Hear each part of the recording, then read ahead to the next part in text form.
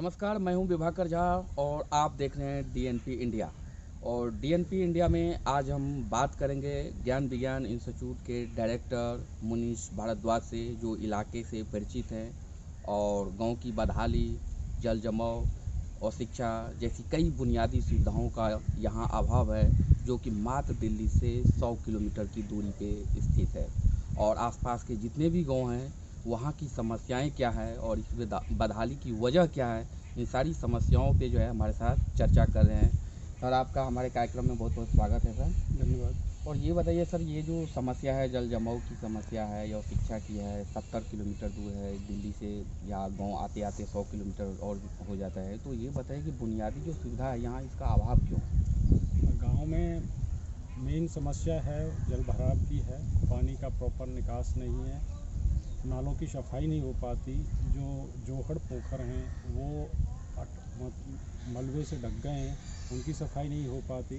जो आजकल जो वर्तमान में जो प्रतिनिधि हैं, प्रधान हैं गांव के, वो इस पे पूरा ध्यान नहीं देते। गांव में जल भराव रोडों पे चलता रहता है, जिससे रोड बहुत जल्दी ख़राब होती है। पानी का प्रॉपर निकास नहीं कर पाते।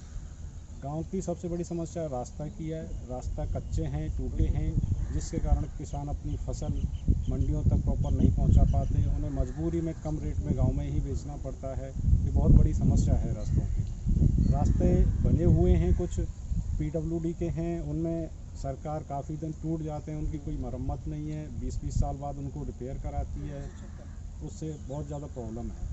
अब भी गांव में और मेन समस्या जो आम जन की है, गांव में बहुत सारी सरकारी योजनाएं होती हैं, जैसे एक है कि किसान सम्मान निधि नहीं मिल रहा है, जो सबसे बड़ी समस्या उभर के आई। जो लोगों से बातचीत हुई तो बोला कि किसान सम्मान निधि जो है हमें मिल नहीं रहा। जी हाँ, किसान सम्मान निधि सभी किसानों को नहीं मिल पा रहा है।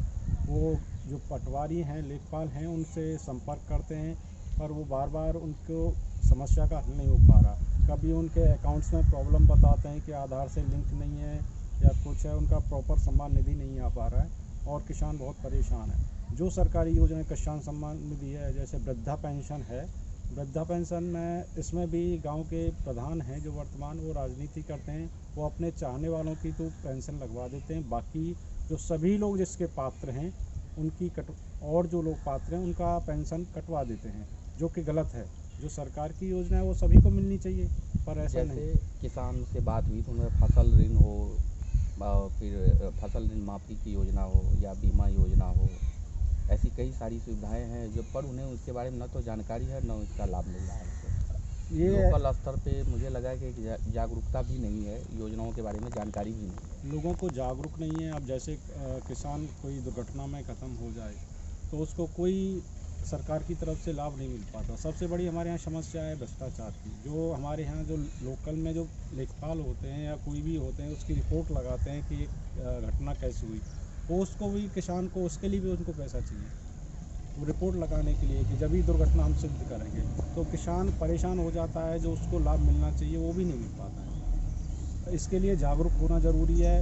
गांव में जागरूकता सभी को पहुंचना चाहिए कि कौन कौन सी योजना है सरकार की, और मिलनी चाहिए। जब तक गांव में जागरूकता नहीं होगी, लोग उसको अपने लाभ को है वो दावा नहीं कर पाएंगे। सबसे बड़ी समस्या, और सबसे बड़ी समस्या तो ये भी है ना कि दिल्ली जो राजधानी क्षेत्र है, वहाँ से 100 किलोमीटर की दूरी पे ये गांव सब है, लेकिन बहुत पिछड़ा हुआ है और योजनाओं का लाभ नहीं है। बहुत सारे लोगों को जानकारी ही नहीं है कि बिल क्या है।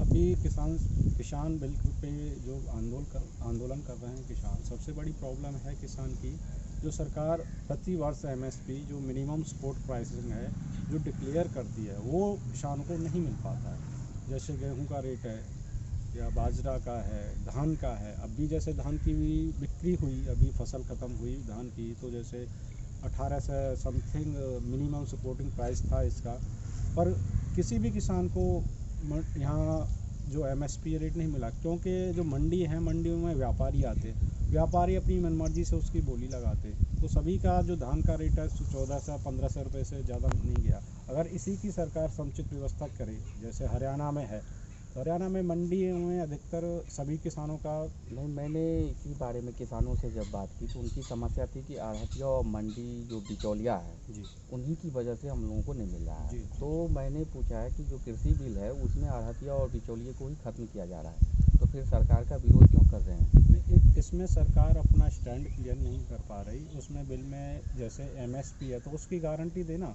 कि हम किसानों का सारा माल मिनिमम सपोर्टिंग प्राइस पे खरीदेंगे, श्योरिटी दे, किसानों को जागरूक करें, इस बिल के बारे में बताएं तो किसान तो इसका विरोध नहीं करेंगे। सबसे बड़ी असमंजस है वो एमएसपी का कि हमारा माल एमएसपी पे खरीदा जाएगा कि नहीं, लेकिन उसकी श्योरिटी दे। एमएसपी जो है वो तो 6% ही एमएसपी पे अनाज बिकता है, बाकी तो अभी भी एमएसपी पे नहीं बिक रहा है। जी, तो जी। एमएसपी का तो एक माहौल बना गया है बिचौलिए और आढ़तियों के द्वारा। जी अभी भी जो किसान हैं जिन लोगों से मेरी बातचीत हुई उनका भी कहना था कि बिचौलिए की वजह से ही हमारा अनाज बिक नहीं रहा है। जो 1100 रुपये में बाजरे की कीमत है वो 2200 रुपये में देते हैं, जो एमएसपी पे जिसे वो फर्जी रजिस्टर्ड करवाते हैं। ये बात सत्य है। पिछले अभी गेहूँ की तुलाई में यूपी सरकार ने, योगी जी ने खूब भारी प्रयास किया, रजिस्ट्रेशन कराए, पर उसका किसानों को भरपूर लाभ नहीं मिला, क्योंकि किसान वहाँ अपना अनाज ले जाते थे, 10-10 दिन वेटिंग करना पड़ता था, किसानों का तुलता नहीं था, किसान मच्छर में रात भर उसमें पड़े रहते, अपने अनाज की देखभाली करते, पर उनका नहीं गया। जो बिचौलिया थे वहाँ भी जो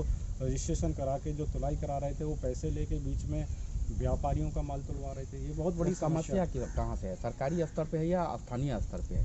ये सब समस्या सरकारी स्तर पे है। सरकार मतलब जब तक प्रशासन सख्त नहीं होगा जब तक समस्या खत्म नहीं होगी। तो ये जो जल जमाव है, जो सड़क है, बदहाली है, अगर किसानों के अलावा जो गांव की बुनियादी सुविधाएं वो भी ठीक नहीं है इस इलाके में। जल भराव और सड़क की समस्या जब तक प्रॉपर फंड नहीं आता तो प्रधानों को जैसे पैसा आता है तो कुछ तो प्रधानों की कमी होती है जो उसका प्रॉपर प्रबंधन नहीं कर पाते। जैसे जल निकासी का है, जल निकासी का प्रबंधन करें, पैसा आता है सरकार से ग्राम विकास के लिए तो उसे सही ढंग से लगाएं। ये भी एक समस्या है। कुछ ग्राम प्रतिनिधियों की भी प्रॉब्लम है, वो प्रॉपर उसे मैनेजमेंट नहीं कर कई पाते। लोगों का राशन कार्ड तक नहीं बना हुआ है, गरीब है पर राशन कार्ड नहीं है, दिव्यांग है पर सरकारी सुविधा नहीं है, शौचालय नहीं मिला है, घर नहीं मिला है, और ये सारी लोगों की आवाज़ है जो आ रही है। जब मैंने उन लोगों से बात की है, सड़क बदहाली के साथ गाँव भी काफ़ी बदहाल हो चुका है। ये सब समस्या जो हमारे जो राजनीति है सबसे बड़ी गंदी चीज़ है कि इसमें क्या होता है कि अगर प्रधान कोई जीत गया, अगर उसने किसी ने उसको वोट नहीं दिया तो उन कैंडिडेटों का राशन कार्ड में इंटरफेयर करेगा। जो भी सरकारी योजना है जैसे अपना किसान सम्मान निधि हो गया, राशन कार्ड हो गया, और आपका जो शौचालय जो आ रहे हैं प्रधानमंत्री योजना से उनको, या आवास आ रहे हैं, प्रधानमंत्री गरीब का आवास आ रहा है, उनको प्रॉपर नहीं देते। योजना है सरकार की पर उनको देते नहीं हैं। प्रधान की जो है मनमानी चलती है। बिल्कुल प्रधान। इसके लिए ना प्रधानों को युवा होना चाहिए और शिक्षित होना चाहिए जो सबकी लोग समस्या सुने। आप क्या सोचते हैं, आप जैसे युवाओं को इस क्षेत्र में आना चाहिए ताकि जो इसे बुनियादी सुविधा को आप जानते हैं कि ऐसे दूर किया जा सकता है, भ्रष्टाचार है, तो जब तक आप जैसे युवा इस फील्ड में नहीं आएंगे, राजनीति में नहीं आएंगे, तब तक कैसे समाधान होगा? तो ग्राम विकास जो है वो ग्राम सभा के व्यक्ति चाहेंगे, अगर चाहेंगे कि हम जैसे युवा आगे आएँ तो ज़रूर आएंगे। जब तक ग्राम प्रधान और गाँव के लोग अपनी सोच चेंज नहीं करेंगे कि नहीं कास्टिज्म या पुराने लोग हैं, नहीं इन्हीं को जिताना है, जब तक नए युवाओं पे और शिक्षित लोगों पे भरोसा नहीं करेंगे, उन्हें आगे नहीं बढ़ाएंगे, जब तक समस्या ये रहेगी। तो क्या मान के चलें कि आने वाले समय में आप प्रधान का चुनाव लड़ेंगे? देखो, अगर ग्रामवासी चाहेंगे कि कोई शिक्षित युवा इलेक्शन लड़े, अगर गांव वाले चाहेंगे तो हम विचार करेंगे इस पर। अच्छा, एक और आखिरी सवाल जाते जाते कि ये जो डिजिटल एजुकेशन चल रहा है, सरकार की ओर से बड़े जोर शोर से उठाया जा रहा है, कोरोना काल है, स्कूल कॉलेज बंद है, कोचिंग संस्थान बंद है, तो अपने गांव में जो कैसे देख रहे हैं, कैसे शिक्षित करेंगे? डिजिटल की तो काफ़ी जोर शोर से तैयारी हो रही है, पर गांव में इसका क्या असर है? देखो, डिजिटल जो प्रोग्राम है गांव में इतना सक्सेस नहीं हो पाएगा। सबसे बड़ी प्रॉब्लम क्या है कि गांव में जो है वो गरीब व्यक्ति हैं, वो एंड्रॉयड फ़ोन अफोर्ड नहीं कर सकते, उन पे खाने की व्यवस्था नहीं है, वो एंड्रॉयड फ़ोन कहाँ से लेंगे? नेट का हर महीने का खर्चा वो कहाँ से उसको सहन कर पाएंगे, बियर कर पाएंगे? सबसे बड़ी समस्या डिजिटल इंडिया में पैसे की। एक तो मशीनरी चाहिए, कंप्यूटर, लैपटॉप, मोबाइल, वो आम आदमी नहीं खरीद मतलब सकता, बिना बुनियादी सुविधा के विकास किए डिजिटल इंडिया को कामयाब नहीं किया जा सकता। नहीं किया जा सकता। तो ये थे हमारे साथ डायरेक्टर मुनीश भारद्वाज जी।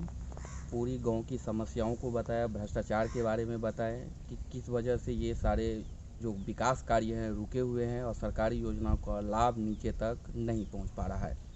आगे की खबरों के लिए देखते रहिए DNP इंडिया। नमस्कार।